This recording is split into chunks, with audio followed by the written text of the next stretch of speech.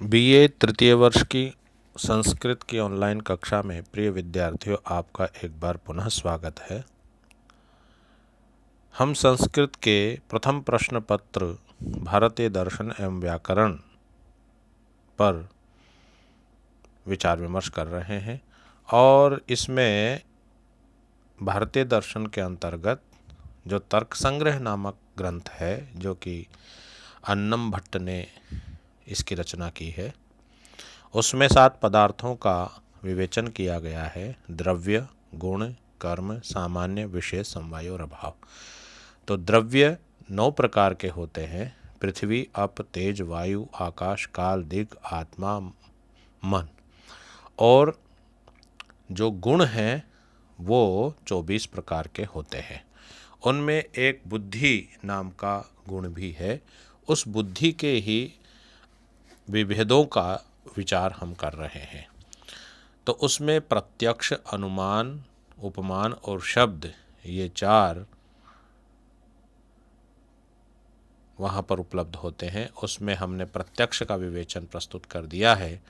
अनुमान खंड इस समय चल रहा है।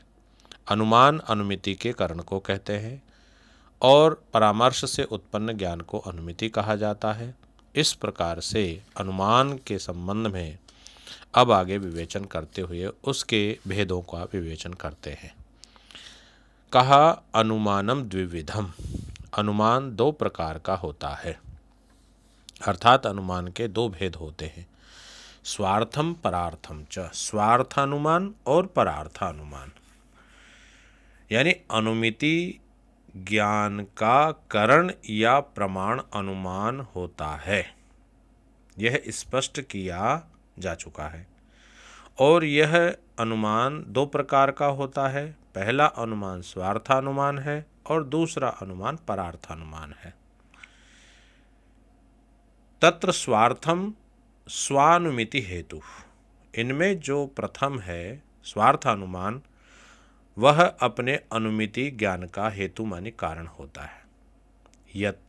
यथा, जैसे कि उदाहरण दिया गया है, स्वयमेव भूयो दर्शनेन। जैसे कोई व्यक्ति स्वयमेव माने स्वयं ही, भूयो दर्शनेन, यहाँ शब्द आया महानस आदौ, यानी रसोई जो है महानस आदि में, भूय माने बार बार, दर्शनेन माने देखने से, यह ज्ञान करता है कि यत्र धूमः, जहाँ धुआं होती है, तत्र अग्नि, वहाँ अग्नि होती है। यानी जैसे कोई व्यक्ति रसोई में देखा, चूल्हे में देखा कि आग और धुआं होती है, तो उसको देख करके यह अनुमान करता है कि जहाँ धुआं होती है वहाँ आग होती है। इति महानसादौ व्याप्तिम गृहीत्वा, इस प्रकार का महानस यानी रसोई से व्याप्तिम, अब व्याप्ति का विवेचन मैंने पहले कर दिया गया है कि जैसे धुआं है और अग्नि है, तो अग्नि और धुआं का साहचर्य ही व्याप्ति है। साहचर्यम व्याप्ति, यानी एक दूसरे के साथ रहना ही साहचर्य है। ये जो नियम है, अर्थात इसी को व्याप्ति को वह व्यक्ति बुद्धि में धारण करके, गृहीत्वा धारण करके, पर्वत समीपम गतः, पर्वत के पास गया, तद्गते, और वहाँ पर्वत पर जाकर के, पर्वत के पास जाकर के, चा अग्नौ, पर्वत, वहाँ पर्वत में स्थित, संदिहान, चा अग्नौ संदिहान, आग के विषय में संदेह करता हुआ, पर्वते मानी पर्वत में, धूमम पश्यन यानी धुएं को देखता है, और व्याप्तिम स्मरति, उस महानस में जो देखा उस व्याप्ति मानी साहचर्य को, यानी अग्नि और धुएं के साहचर्य को देखता है, ध्यान करता है। स्मरति, व्याप्तिम स्मरति, और क्या ज्ञान करता है कि यत्र धूमस तत्र अग्नि, यह कहता है कि जहाँ पर धुआं होती है वहाँ आग होती है। इति, इस प्रकार से। तदनंतरम उसके बाद क्या होता है, वह्नि व्याप्य धूमवान अयम पर्वतः, और यह ज्ञान होता है उसको कि तत्पश्चात यह पर्वत अग्नि से व्याप्त धुएं वाला है। इति ज्ञानम उत्पद्यते, इस प्रकार का ज्ञान उसके हृदय में, उसकी बुद्धि में उत्पन्न होता है। अयमेव लिंग परामर्श, और इसी को दर्शन की भाषा में ज्ञान होना लिंग परामर्श कहलाता है। यही ज्ञान होना कि व्याप्ति को स्मरण करके ये जहाँ धुआं होता है वहाँ आग होती है, उसके बाद यह पर्वत वह्नि यानी धुआं वाला है, वह्नि से युक्त यानी आग से युक्त, अग्नि से व्याप्त धुआं वाला यह पर्वत है, यह ज्ञान उत्पन्न होता है। और इसी को यहाँ पर तर्क संग्रह में लिंग परामर्श इति उच्यते, यही लिंग परामर्श भी कहलाता है। कहा तस्मात् पर्वतो वन्यमान इति ज्ञानम अनुमितिर उत्पद्यते, इसी परामर्श के बाद यह पर्वत आग वाला है, यह पर्वत तस्मात् इस कारण से, पर्वतो वन्यमान पर्वत आग वाला, इति ज्ञानम यह अनुमिति ज्ञान उत्पन्न होता है। यह ज्ञानम अनुमितिर उत्पद्यते, यह अनुमिति उत्पन्न होती है। तदेत, अब अनुमिति का अर्थ यहाँ समझना चाहिए, अनुमानी पश्चात, मिति मानी ज्ञान होना, यानी रसोई में अग्नि और धुएं के साहचर्य को देख करके जिस व्याप्ति को लेकर के पर्वत के पास गया, वहाँ पर धुआं उठता हुआ देखा और धुएं को देख करके कहा यत्र धूमस तत्र अग्नि ही, जहाँ धुआं होता है वहाँ अग्नि होती है। उसके बाद में कहता है कि वह्नि व्याप्य धूमवान अयम पर्वतः, यही ज्ञान लिंग परामर्श भी कहलाता है। तो इस प्रकार से पर्वत आग वाला है, यह अनुमिति ज्ञान उत्पन्न होता है। इति उच्यते तस्मात् पर्वतो वह्निमान इति ज्ञानम अनुमितिरुत्पद्यते, यही अनुमिति उत्पन्न, तदेतत् स्वार्थ अनुमानम, अतः यह स्वार्थ अनुमान है, क्योंकि यह स्वयं ज्ञान के लिए किया गया, यानी स्वयं के द्वारा किया गया। स्वयं ही रसोई से उसने जो है व्याप्ति को ग्रहण किया, व्याप्ति को ग्रहण करने के बाद पर्वत के समीप गया, पर्वत के समीप देखा धुआं उठ रहा है, धुआं को देख करके सोचा कि अरे जहाँ धुआं होती है वहाँ आग होती है, इसलिए ये पर्वत धुआं अग्नि वाला है ना, ऐसी व्याप्ति से, और यही लिंग परामर्श इति उच्यते, ऐसा मान करके पर्वतो वन्यमान ये ज्ञान उत्पन्न होना ही अनुमिति रूपी ज्ञान उत्पन्न हुआ। तो ये स्वार्थ अनुमान कहलाता है। तो प्रिय विद्यार्थियों, अगर मान लो परीक्षा में यह आ जाए कि स्वार्थ अनुमान को परिभाषित कीजिए, तो आपको लेना कहाँ से है, अनुमान खंड से लेना होगा। पहले अनुमान को समझाना होगा कि अनुमान क्या है, कहा अनुमिति कारणम। फिर अनुमिति कैसे उत्पन्न होती कि परामर्श जन्यम ज्ञान, परामर्श से उत्पन्न ज्ञान, व्याप्ति विशिष्ट पक्ष धर्मता ज्ञानम परामर्श, ये परामर्श, ये सारी जो है बताई गई है। तो इस प्रकार से स्वार्थानुमान और परार्था अनुमान में पहला जो स्वार्थानुमान है वह मैंने आपको अच्छी प्रकार से बता दिया गया है। अब परार्थानुमान के बारे में विचार करते हैं। यत्तु स्वयमेव धूमाद अग्निम अनुमाय। अब यहाँ कहा यह मानी जो व्यक्ति धुएं से स्वयमेव खुद ही अग्नि धुएं से अग्निम अनुमाय स्वयं अनुमान करके कहता पर प्रति प्रत्यर्थम, दूसरे व्यक्ति को अनुमिति ज्ञान कराने के लिए पंच अवयव वाक्यम, 5 अवयव वाक्यों का प्रयोग करता है। तत्परार्थानुमानम, वह परार्थानुमान है। इसका मतलब यह हुआ कि परार्थानुमान में 5 अवयव वाक्यों की आवश्यकता होती है। तो यहाँ पर यह परार्थानुमान है। जैसे यहाँ पर यथा पर्वतो वह्निमान, जैसे यह पर्वत आग वाला है। पर्वतो वह्निमान का अर्थ हुआ, वह्नि कहते हैं आग को, तो पर्वतो वह्निमान, पर्वत मानी यह पर्वत, ये पहाड़ अग्नि वाला है। क्यों अग्नि वाला है? दूसरा कारण बताया धूमवत्वात्, धुएं से युक्त होने के कारण, क्योंकि धुआं उठता हुआ दिखा। और फिर यह कहा कि जो यो धूमवान, जो धुआं वाला होता है, स मानी वह वह्निमान मानी अग्नि वाला होता है। उदाहरण दिया यथा महानसः, जैसा कि रसोई घर। क्योंकि रसोई घर में चूल्हा जलता है तो वहाँ आग को देखते तो धुआं भी साथ में होती है।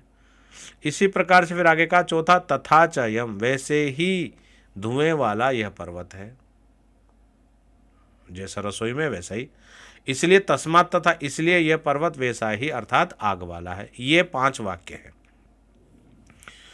अब इन 5 वाक्यों को इस वाक्य यानी पंचअवय वाक्य के द्वारा वर्णित किए गए लिंग अर्थात हेतु से दूसरा व्यक्ति भी अग्नि का ज्ञान प्राप्त कर लेता है, इसलिए यह परार्थ अनुमान है। परार्थ अनुमान जैसा कि शब्द से ही स्पष्ट है कि दूसरे को अनुमिति मानी ज्ञान कराने वाला होता है, किंतु दूसरे को अनुमिति ज्ञान कराने के लिए 5 अंगों वाले वाक्यों का प्रयोग करना अत्यंत आवश्यक है। वाक्य के इन 5 अंगों को आगे क्रमशः हम बता रहे हैं आपको। कहा ये पंचअवय वाक्य कौन से वाले हैं? तह अनेन प्रतिपादित लिंगात प्राप्यगम प्रतिपद्यते, इसलिए यह पर्वत आगे यह कही दिया गया है कि इस वाक्य पंचअवय वाक्य के द्वारा वर्णित किए गए लिंग अर्थात हेतु से दूसरा व्यक्ति भी अग्नि का ज्ञान प्राप्त कर लेता है। अब पंचअवय वाक्यों को किस प्रकार से परिभाषित किया जा सकता है, इसको और थोड़ा संक्षिप्त रूप से कहा, पर्वतो वह्निमान। ये जो पहला वाक्य है पर्वत आग से युक्त है, ये प्रतिज्ञा वाक्य है, प्रतिज्ञा कहेंगे इसको, यानी पर्वतो वह्निमान, पर्वत आग वाला है, ये वाक्य कहना ही प्रतिज्ञा कहलाएगा इस तर्क संग्रह के परार्थ अनुमान के संबंध में। कहा पर्वत वह्निमान है, अग्नि से युक्त है, तो कहा कारण बताया कि क्यों, धूमवत्वात्, यानी धुएं से युक्त होने के कारण यह अग्नि से युक्त पर्वत है। तो यह धूमवत्वात् क्या हो गया, हेतु। तो दूसरा वाक्य क्या हो गया, पहला हो गया प्रतिज्ञा। अब धूमवत्वात् कहने का मतलब यह हेतु है, यानी उसका कारण है, हेतु मानी कारण। तो प्रतिज्ञा एक हो गया, हेतु दूसरा हो गया। अब प्रतिज्ञा और हेतु वाक्य होने के पश्चात उदाहरण वाक्य आता है, यो यो धूमवान स स वह्निमान यथा महानसः, जो जो धुआं वाला है, स स मानी वह वह्निमान मानी अग्नि वाला होता है, यथा महानस जैसे कि रसोई घर, ये उदाहरण हो गया।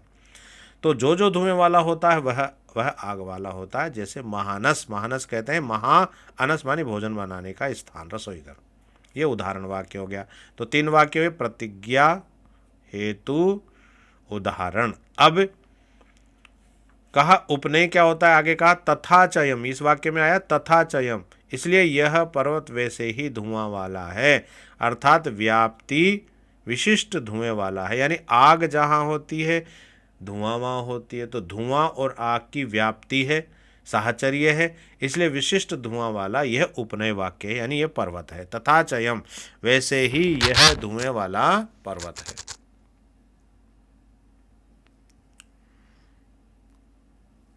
अब कहा तस्मात् तथा, अब क्या ज्ञान प्राप्त हो, तस्मात् तथा, इसलिए धुआं वाला है, यह उपनय वाक्य हो गया। तो देखिए प्रतिज्ञा, हेतु, उदाहरण और उपनय। अब 5वां वाक्य कहते तस्मात् तथा, इसलिए यह पर्वत आग वाला है, तस्मात् तथा पर्वतो वह्निमान, इसलिए यह पर्वत आग वाला है, यह निगमन मानी ज्ञान हो गया। तो देखिए 5 वाक्यों को हमने यहाँ पर नंबर 1 प्रतिज्ञा, दूसरा हेतु, दूसरा उदाहरण, तीसरा उपनय, चौथा उपनय और 5वां निगमन। वस्तुतः परार्थ अनुमान कराने वाले वाक्य के ये 5 अंग ज्ञान प्रक्रिया के ही 5 स्तर हैं। जब तक ये पूरे नहीं होंगे तब तक दूसरे व्यक्ति को अनुमिति ज्ञान नहीं हो सकता। तो पर्वतो वह्निमान धूमत्वात्, यो यो धूमवान स स वह्निमान यथा महानस तथा चयम तस्मात् तथा, इस वाक्य में सर्वप्रथम अनुमाता व्यक्ति के समक्ष एक समस्या यानी प्रतिज्ञा रखी जाती है कि पर्वत आग आवागा, यद्यपि वहाँ आग दिखाई नहीं पड़ती, इसका अर्थ ये हुआ कि पर्वत पक्ष है और उसमें प्रमाता आग है, प्रमाता को आग का संदेह हो रहा है, इसलिए आग साध्य है, अतः पर्वत में अग्नि सिद्ध करना ही प्रतिज्ञा हुई। संदेह क्यों हुआ, इसका कारण है कि धूमत्वात्, जब प्रमाता ने पर्वत पर धुआं देखा तो उसे संदेह हुआ कि पर्वत पर आग है, अतः संदेह का कारण धूम हेतु हुआ। धुआं होने से आग का क्या संबंध है, इसके लिए तीसरे अंक को बतलाया गया, यो यो धूमवान स स वह्निमान यथा महानस है, जो जो धुएं वाला होता है वह आग वाला होता है, जैसे रसोई घर। वाक्य के इस अंग के 2 भाग हैं, यो यो धूमवान स स वह्निमान, यह धूम और अग्नि के साहचर्य का बोधक होने से व्याप्ति है। और यथा महानस, ये उदाहरण है। रसोई घर में धुआं और आग की सतत साथ विद्यमानता होती है, इसलिए व्याप्ति का उदाहरण रसोई घर किया गया। तथा चयम, यह पर्वत भी वैसा ही धुएं वाला है, अर्थात साहचर्य नियमानुसार अग्नि का गमक धूम यहाँ भी है।